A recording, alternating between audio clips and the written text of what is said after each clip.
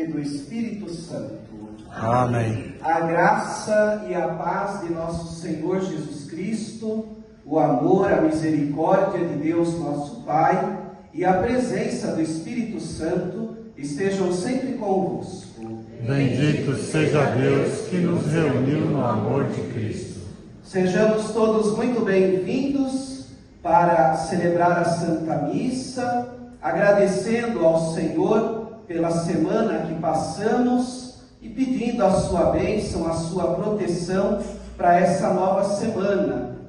Queremos nos unir através da oração ao Papa Francisco. Não sei se tem acompanhado pela televisão, pelo celular, mas ele está lá na Mongólia. E é uma visita muito particular, muito especial, porque lá a maioria é budista. Eles não são, em maioria, cristãos. Dizem que aproximadamente tem uns 1.500 cristãos. A Diocese de Jundiaí tem aproximadamente 130 padres. A Diocese, lá, a Mongólia toda, tem apenas 35 padres. Então, uma coisa assim mínima. Mas é muito curioso observar a ida do Papa Francisco, porque, sendo o representante maior de toda a Igreja, estando ali num lugar tão pequeno, com um número tão baixo de cristãos, ele mostra para nós que a Igreja, de fato, está presente no mundo inteiro. E que não importa se é em grande quantidade ou em pequena quantidade, é a Igreja de Jesus, é a Igreja Católica. Também é curioso porque ele poderia estar visitando tantos outros lugares, fazendo tantas outras coisas, e ele escolheu estar ali. Então é uma demonstração de muito carinho, de muito amor à Igreja, independente do lugar, independente da quantidade.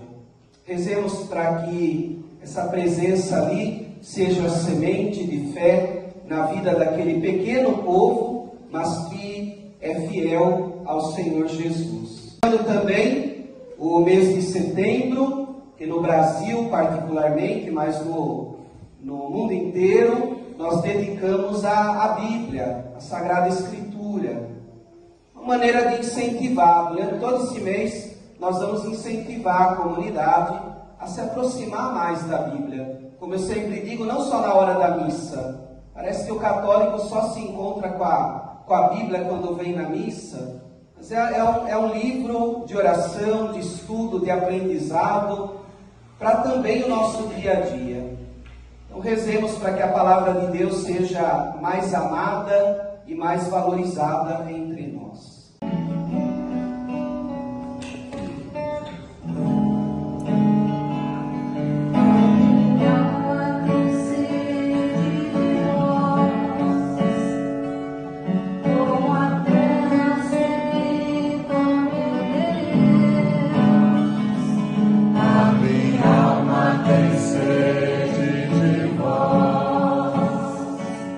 Como a terra sedenta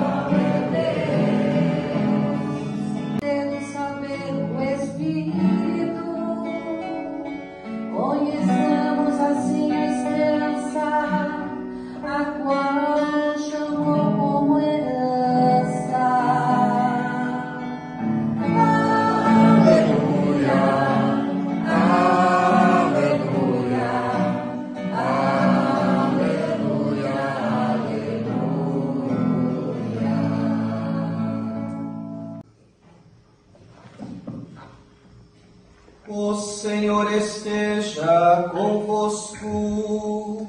Ele está no meio de nós. Proclamação do Evangelho de Jesus Cristo, segundo Mateus. Glória a vós, Senhor. Naquele tempo, Jesus começou a mostrar a seus discípulos que devia ir a Jerusalém e sofrer muito por causa dos anciãos, dos sacerdotes e dos mestres da lei, e que devia ser morto e ressuscitar ao terceiro dia. Então, Pedro chamou Jesus à parte e começou a repreendê-lo. Deus não permita tal coisa, Senhor, que isto nunca te aconteça. Jesus, porém, voltou-se para Pedro e disse: Vai para longe, Satanás, tu és para mim uma pedra de tropeço, porque não pensa as coisas de Deus, mas sim as coisas dos homens. Então Jesus disse aos discípulos: Se alguém quer me seguir, renuncie a si mesmo.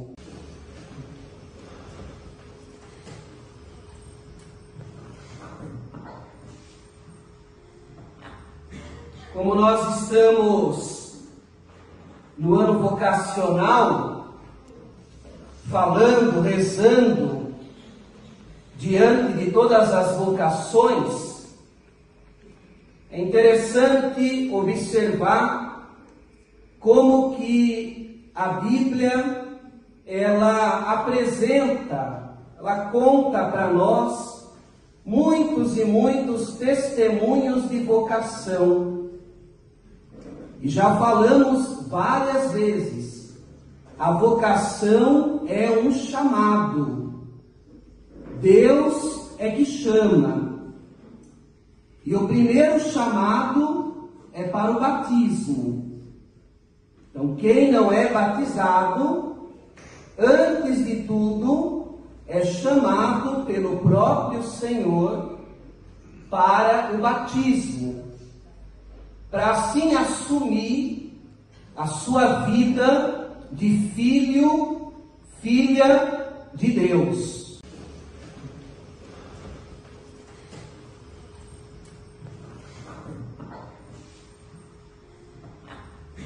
Como nós estamos no ano vocacional, falando, rezando, diante de todas as vocações, é interessante observar como que a Bíblia, ela apresenta, ela conta para nós muitos e muitos testemunhos de vocação. E já falamos várias vezes, a vocação é um chamado. Deus é que chama. E o primeiro chamado é para o batismo. Então, quem não é batizado, antes de tudo, é chamado pelo próprio Senhor para o batismo, para assim assumir a sua vida de filho, filha de Deus. Mas depois vem um outro chamado, que é o chamado para as coisas de Deus, para principalmente trabalhar pelo reino de Deus, para ajudar na construção, na realização do reino de Deus. E a primeira leitura apresenta para nós o testemunho da vocação do profeta Jeremias. É interessante observar porque com cada pessoa o chamado de Deus se dá de uma forma diferente. Então, quando alguém pergunta assim, mas como é que eu sinto que Deus está chamando? Não dá para saber, porque com cada pessoa Deus age, Deus chama de uma forma diferente. O testemunho vocacional, ele se realiza de muitos caminhos, de muitos modos, de muitas maneiras. Vamos observar o testemunho do profeta Jeremias. Primeira coisa, ele sempre disse não. Ele percebeu que Deus estava chamando, mas ele insistentemente dizia não. Então, um testemunho forte de alguém que desde o início rejeitou o chamado de Deus. Diferente de uma outra experiência que a gente conhece bem no próprio Evangelho. Quando o anjo Gabriel chegou para Nossa Senhora e disse: Deus chamou você para ser a mãe de Jesus, de imediato veio um sim. Mas no caso de Jeremias, insistentemente um não. Só que o Senhor não desiste de nós. E digamos assim, Ele fica no pé da gente até cedermos. Então o Senhor, Ele não desiste de nós. Não desiste de nos chamar, não desiste de nos atrair para Ele.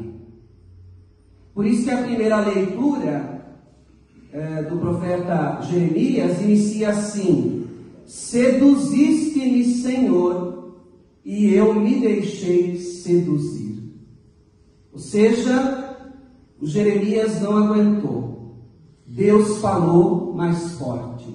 É claro que ele falou não, mas Deus continuou chamando, até que ele chegou e disse: o Senhor me seduziu, não tem mais como dizer não, então eis aqui o seu servo, fala o que o Senhor quer que eu vou fazer. E aí Deus faz um pedido que é muito oportuno para nós nesse início de mês de setembro. Deus diz para ele assim: Jeremias, eu quero que você vá de casa em casa, de porta em porta, para falar da minha palavra. Eu quero que você anuncie a minha palavra. Ajude muitas pessoas a encontrarem a minha palavra. E aí Jeremias começou essa experiência. Ele vai na terra de Israel, visitando as casas, mas o que ele encontra, na maioria das vezes, é a porta na cara. Ele começa a perceber que falar de Deus é algo desafiador. E aí ele começa a contar o que estava acontecendo. A palavra do Senhor tornou-se para mim uma fonte de vergonha. Fazem chacota de mim o dia inteiro. Então eu disse para Deus: não quero mais lembrar disso e nem falar mais em seu nome. A experiência para Jeremias não foi muito boa. Então ele reclama que ele tornou-se motivo de vergonha. Na nossa cultura, no nosso costume, as mulheres passam muito por isso. pelo menos eu ouço sempre mais da parte das mulheres. Quando a mulher começa a falar muito de religião dentro de casa, ou em outros lugares, mas começa dentro de casa, os próprios da família viram para ela e dizem assim: mas você é beata de igreja, hein? Os próprios das famílias. Eu lembro bem também, o meu pai dizia para minha mãe assim: mas você não sai da saia do padre. Por quê? É aquela visão de que não precisa de igreja, não precisa de Deus. E nós estamos ali, fazendo a nossa caminhada, buscando a palavra, buscando a vida da comunidade, muitas vezes trabalhando, porque a gente já percebeu que Deus chamou para ser um catequista, ser um cantor, ser padre, sei lá, Deus chama para tanta coisa. E aí a gente encontra esse tipo de resistência. As pessoas que dão risada, as pessoas que fazem chacota. E isso vai causando um certo desânimo, como Jeremias, que desiste de tudo. Mas aí vem a continuação, não terminou. Ele desistiu, ele parou. Realmente ele se afastou de tudo. Não foi mais pregar a palavra, não foi fazer mais nada. Só que quando ele entrou nesse recolhimento, nesse silêncio, quando ele se afastou de tudo, ele começou a sentir algo dentro dele. Alguma coisa incomodava, alguma coisa não estava bem. Por quê? Uma vez que a gente recebe a flecha de Deus no coração, ela não sai mais. Por mais que a gente fuja, por mais que a gente fala que não vai fazer mais nada, que vai parar, uma vez que recebeu a flecha de Deus, ele está ali, não tem como. E aí Jeremias narra que ele começa a sentir um fogo ardendo. É justamente também do ano vocacional, a frase do ano vocacional: coração ardendo. Coração ardendo significa que nós estamos inquietos e nós só vamos sentir uma paz, uma tranquilidade no momento em que a gente voltar para o Senhor. Mas aí vem a continuação, não terminou.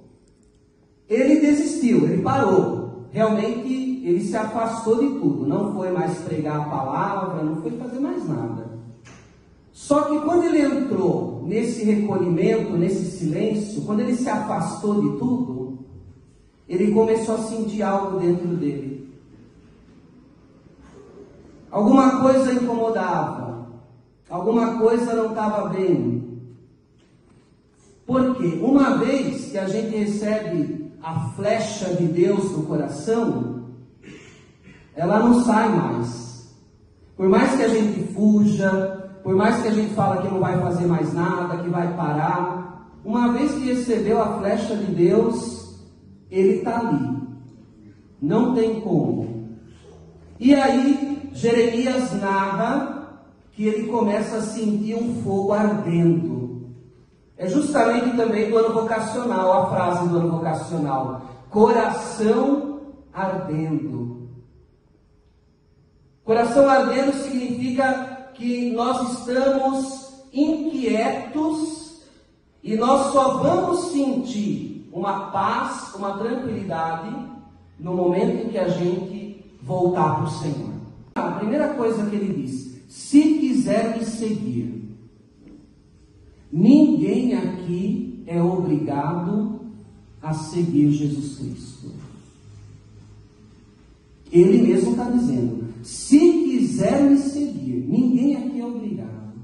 Se alguém vem à igreja porque o pai e a mãe mandou, porque a família sempre veio, porque é obrigação do católico vir para a missa, não venha mais. Porque tudo que é feito obrigado se esvazia completamente. O primeiro dom que Deus concedeu ao ser humano foi a liberdade. E nós podemos escolher ficar com Ele ou recusá-lo. Se nós escolhermos ficar com Ele, claro, é a maior alegria do Senhor quando a gente escolhe ficar com Ele. E Ele vai dar a graça dEle, Ele vai sustentar com a bênção dEle, Ele vai estar sempre conosco, que é o que Ele quer. Se a pessoa escolher não vir para a igreja, não ficar com o Senhor, Ele também vai respeitar. Porém, Ele sempre vai fazer o chamado, o convite: volte, venha, por aqui é melhor, comigo vai ser mais forte. Ele sempre vai convidar, mas não obrigar. Então a experiência de fé não pode ser obrigação e nem imposição, porque ela se esvazia. E digo mais uma vez: se alguém quiser me seguir, é um convite, não obrigação.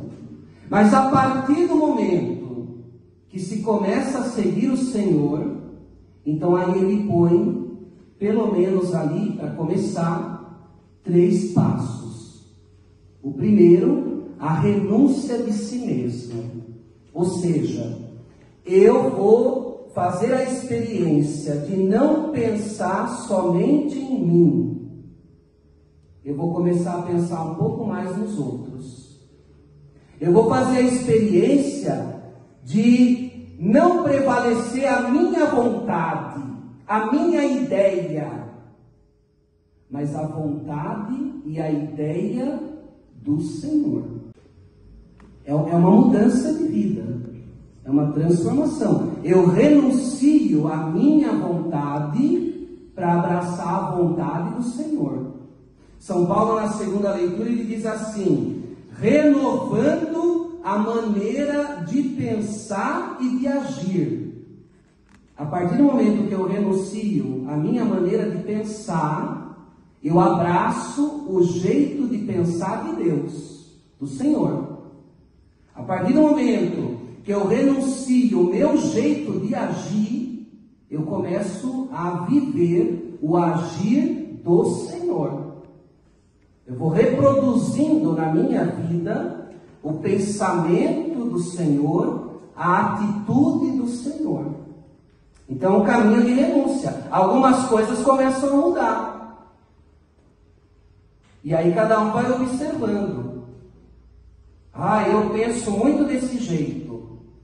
Para e observa se é do jeito que Jesus pensa. Quando é comigo, eu faço assim. Observa se é a mesma maneira que Jesus age. E aí a gente começa a confrontar. Eu preciso renunciar ao meu jeito de falar. Não é o jeito que Jesus fala. Eu preciso renunciar ao meu jeito de pensar. Não é o jeito que Jesus pensa. Eu preciso renunciar ao meu jeito de agir, porque não é o jeito que Ele age. Então a gente vai passando por uma transformação. Mas isso exige renúncia. Eu abro mão de muita coisa para acolher outras coisas. Sempre quando fala dessa questão de mudar o pensamento, mudar as atitudes, sempre vem na cabeça aquela frase do apóstolo Paulo: já não sou eu que vivo, mas é o próprio Jesus que vive em mim. Essa é a nossa meta. Eu vou renunciando a minha maneira de pensar, a minha maneira de agir, a minha maneira, e eu vou acolhendo o jeito que Jesus pensa, o jeito que Jesus age. A renúncia vai fazendo todo esse processo. Então, pensar um pouquinho, o que a gente está precisando renunciar para se aproximar mais da identidade de Jesus. Segundo, aí nós precisamos abraçar a cruz. Que muita gente pensa que abraçar a cruz é abraçar sofrimento. E não tem nada a ver com isso. Diz, pega a sua cruz, significa transformar toda situação de morte em amor. Aí a gente olha para a cruz. Quando pegou a cruz, quando ele assumiu a cruz, ali ele derramou, ele entregou todo o amor, porque ali ele estava sendo, como Jeremias, ele estava sendo chacoteado, chicoteado, humilhado, maltratado. E a única coisa que ele devolvia para as pessoas era: Pai, eles não sabem o que estão fazendo, perdoa eles. Ele retribuía com amor. Então, mais uma vez, o carregar a cruz é viver a experiência do verdadeiro amor. Nada por obrigação, nada por troca, mas gratuidade. Eu ajudo alguém, não porque é uma obrigação, mas porque eu amo. Amo como Jesus ama. Eu olho para um pobre, eu socorro um doente, eu ajudo em qualquer que seja a situação, não porque eu sou cristão e tenho que fazer. Não. Porque eu amo como Jesus ama. E Jesus sempre amou sem interesse e sem querer nada em troca. É um amor gratuito. Significa amar em qualquer circunstância.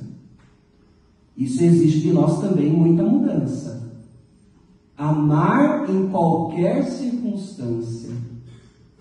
Amar quando está tudo bem. Amar quando é quem está do meu lado, quem é da minha família. Agora, amar quando a coisa está toda torta, aí é o desafio. Amar em qualquer circunstância. E terceiro, seguir os passos de Jesus. A gente já falou, é a mudança de mentalidade, a maneira de falar, a maneira de agir. Mas como é que a gente segue os passos de Jesus? Aí volta mais uma vez o mês de setembro como o mês da Bíblia. Para nós aprendermos o jeito de pensar e o jeito de agir de Jesus, nós precisamos adquirir maior intimidade com o Evangelho. É lendo a vida dele. Quanto mais a gente se aproxima do Evangelho, mais a gente lê, mais a gente conhece, mais a gente se aprofunda. Então nós vamos adquirindo a identidade dele. Nós vamos aprendendo o jeito dele falar, vamos aprendendo o jeito dele agir, fazer o caminho, pulando essa parte do não aí. Vamos dizer sim, nos aproximar da palavra, nos aproximar das coisas de Deus, deixar o Senhor agir dentro da nossa vida, nos transformar cada vez mais, especialmente através da sua palavra.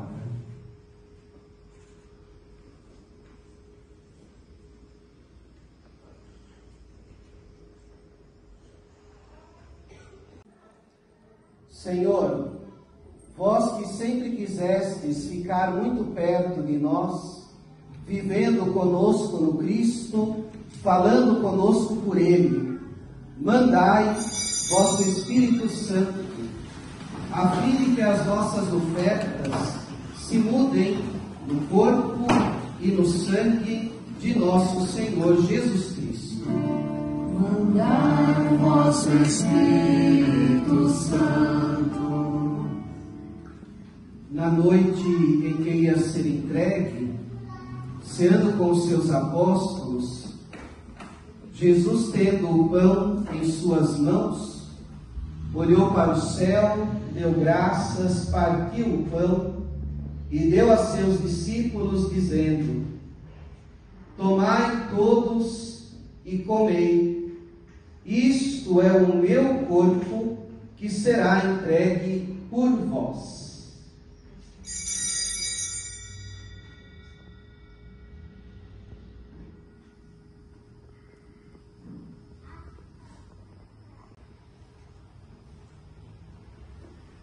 Do mesmo modo, ao fim da ceia, ele tomou o cálice em suas mãos, deu graças novamente e deu a seus discípulos, dizendo: tomai todos e bebei.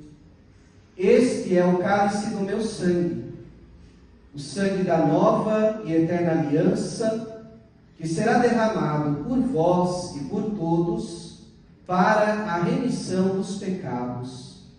Fazei isto em memória de mim.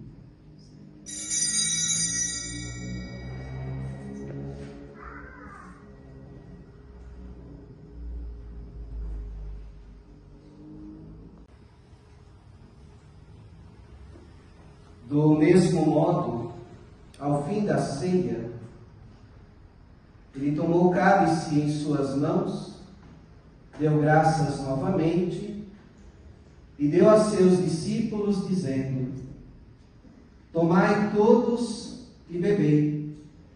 Este é o cálice do meu sangue, o sangue da nova e eterna aliança, que será derramado por vós e por todos para a remissão dos pecados.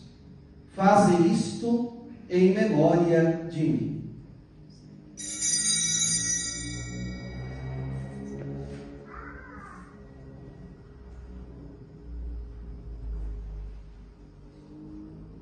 Eis o mistério da fé.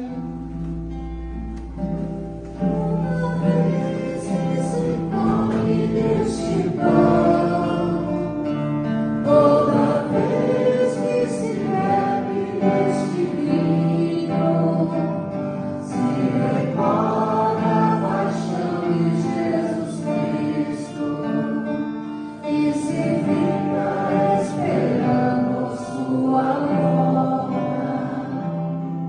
E a nós que agora estamos reunidos e somos um povo santo e pecador, dai força para construirmos juntos o vosso reino, que também é nosso.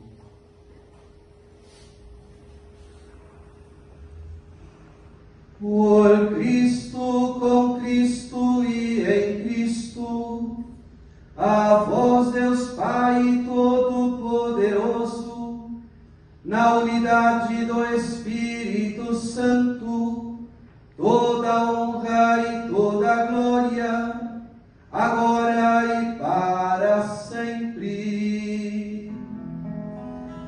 Amém.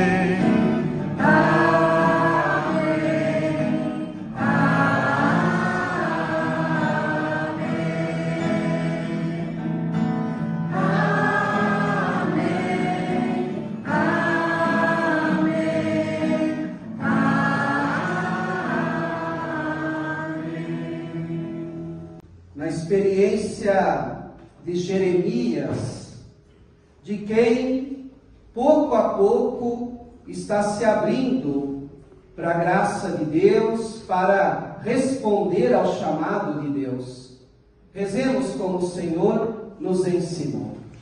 Pai nosso que estais nos céus, santificado seja o vosso nome. Venha a nós o vosso reino. Seja feita a vossa vontade, assim na terra como no céu. O pão nosso de cada dia nos dai hoje. Perdoai-nos as nossas ofensas, assim como nós perdoamos a quem nos tem ofendido. E não nos deixeis cair em tentação, mas livrai-nos do mal. Livrai-nos de todos os males, ó Pai, e dai-nos hoje a vossa paz. Ajudados pela vossa misericórdia, sejamos livres do pecado e protegidos de todos os perigos, enquanto, vivendo a esperança, aguardamos a vinda do Cristo Salvador. Vosso é o reino, o poder e a glória para sempre. Tu dissestes aos vossos apóstolos: eu vos deixo a paz, eu vos dou a minha paz. Não olheis os nossos pecados, mas a fé que anima a vossa igreja. Dai-lhe, segundo o vosso desejo, a paz e a unidade, vós que sois Deus, com o Pai e o Espírito Santo. Amém. A paz do Senhor esteja sempre convosco. O amor de Cristo nos uniu.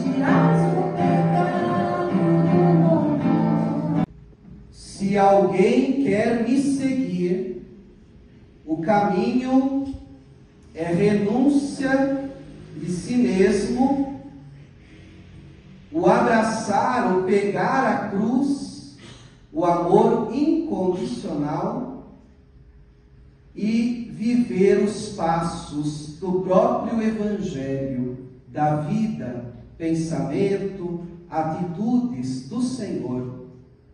Eis o Cordeiro de Deus que tira o pecado do mundo. Senhor, eu não sou digno que entreis em minha morada, mas dê uma palavra e serei salvo.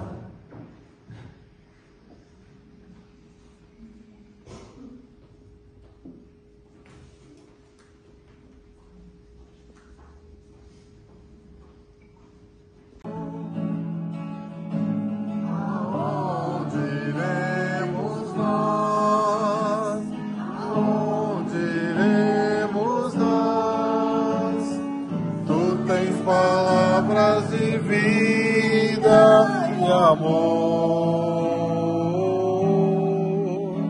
Aonde iremos nós? Somos todos teus. Tu és o verdadeiro Santo de Deus.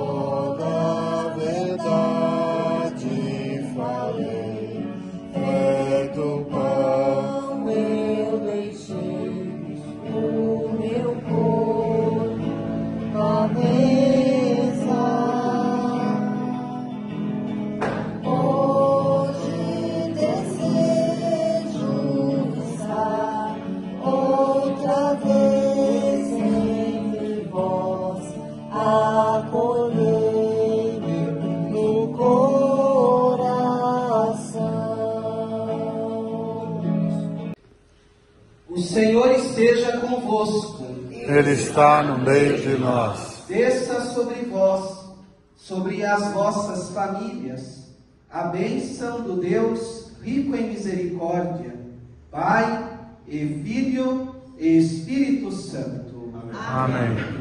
Procurando, irmãos, responder ao chamado do Senhor, nos colocando sempre a caminho, trazendo para a nossa vida o seu jeito de pensar, o seu jeito de agir, ide em paz, que o Senhor vos acompanhe. Graças a Deus.